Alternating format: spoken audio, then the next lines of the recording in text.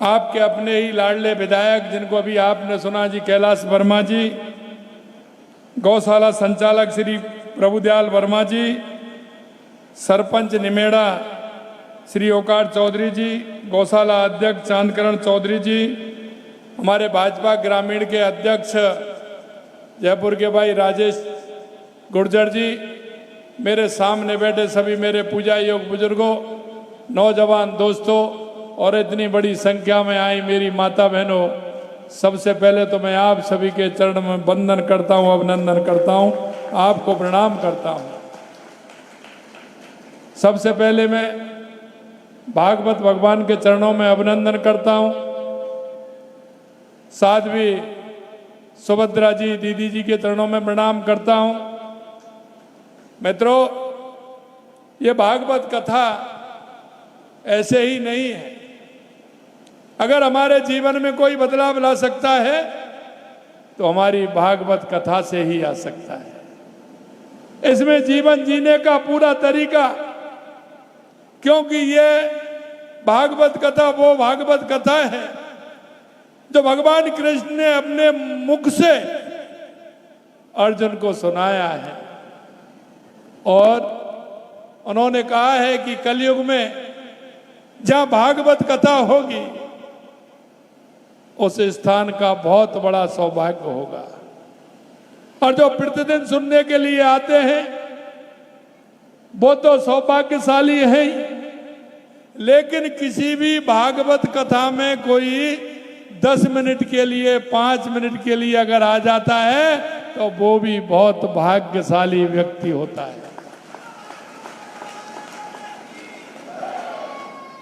क्योंकि हमारी संस्कृति में हमारी भागवत कथा, हमारी राम कथा, हमारी शिव कथा हमको हमारा जीवन जीने का मार्ग सिखाता है। हम सुकुमार पर कैसे चल सकते हैं, सुमार्ग पर कैसे चल सकते हैं। मित्रों, हमारी संस्कृति में कर्तव्यों का बड़ा पूरी तरह से उदाहरण देके समझाया गया है। क्योंकि हजार चाहते हैं, हमारे गौशाला के हमारे सभी लोग आना चाहते हैं। मैं मेरा जीवन का उसूल आपको मैं बता देता हूं कि जहां भी अगर मैं सुन लेता हूं, मैं जब कहीं जाता हूं रास्ते में मुझे मालूम पड़ता है, क्योंकि अब मेरी मर्यादा है, कुछ मुख्यमंत्री बनने थे, लेकिन पहले मेरी कहानी बता रहा हूं मैं आपको।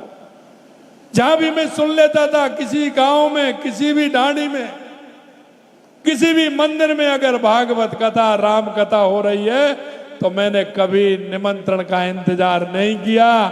मेरे पास 5 मिनट का, 10 मिनट का, घंटे का, आधा घंटे का, 1 दिन का, 2 दिन का जो समय निकला, मैं जाकर के उस राम कथा और भागवत कथा में जाकर के बैठता हूं। मैं आपसे एक ही बात कहना चाहता हूं, हम उसमें कहीं ना कहीं एक जगह, जो जगह जहां भी है, हम तसल्ली से हम उस भागवत कथा को सुने और शाम को जाते वक्त हम उसका घर पर बैठ करके अनुसरण करेंगे तो मेरे परिवार में, मेरे समाज में खुशियां ही खुशियां आएंगे। क्यों, भगवान ने हमें जो दिया है सब कुछ, जो हमारा शरीर भी है वो उसी की देन है। और आज हम जब पूरी तरह से हैं उसी ईश्वर की कृपा से हैं। मेरे भाइयों, मैं यही कहना चाहता हूँ, हमारी संस्कृति की बहुत कुछ सिखाती है।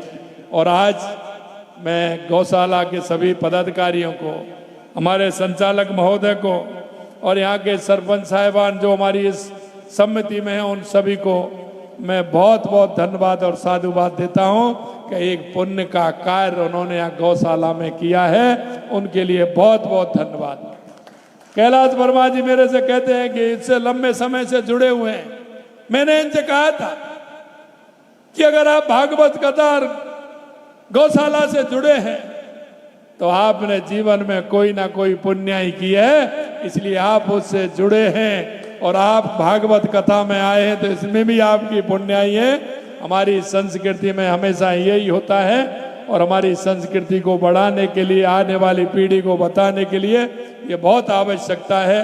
और आज मैं तो जा रहा था, बालोतरा जा रहा हूँ, जोधपुर से बालोतरा जाऊँगा, लेकिन मेरे को लगा, मैंने आज इनसे हाँ किया कल कि मैं कल आऊँगा, लेकिन लेट हो रहा था, लेकिन उसके बावजूद भी मैं यहाँ होकर के कि मैं छोड़ नहीं सकता, मैं आया हूँ।